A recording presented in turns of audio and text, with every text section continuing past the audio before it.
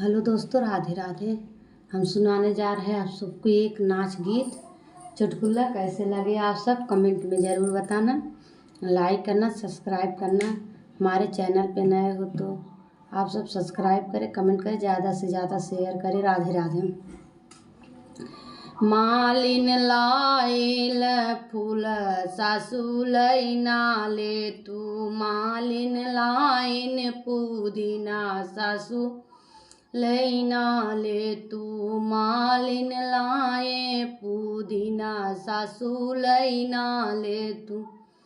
वहीं रेस मालिन के लड़का ना बच्चा, वहीं रे मालिन सासू लड़का ना बच्चा। उहै लहुरी ननद सासू दैना दे तू, उहै लहुरी ननद सासू दैना दे तू। मालिन लाइन पोदी सासू लैना ले तू, मालिन लाइन पुदीना सासू लैना ले तू।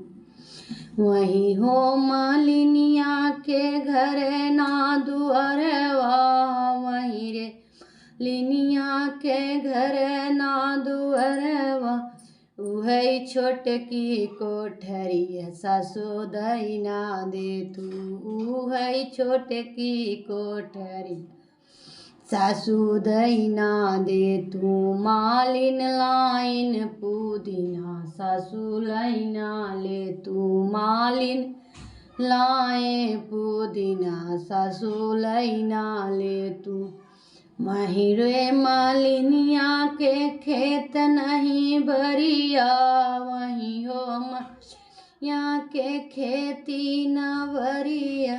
उहै छोटकी कुलैया सासू दैना दे तू, उहै छोटकी कुलैया सासू दैना दे तू। मालिन लाइन पुदीना सासू लैना ले तू, मालिन लाइन पुदीना सासू लैना ले तू, मालिन लाई पुदीना सासू लैना ले तू।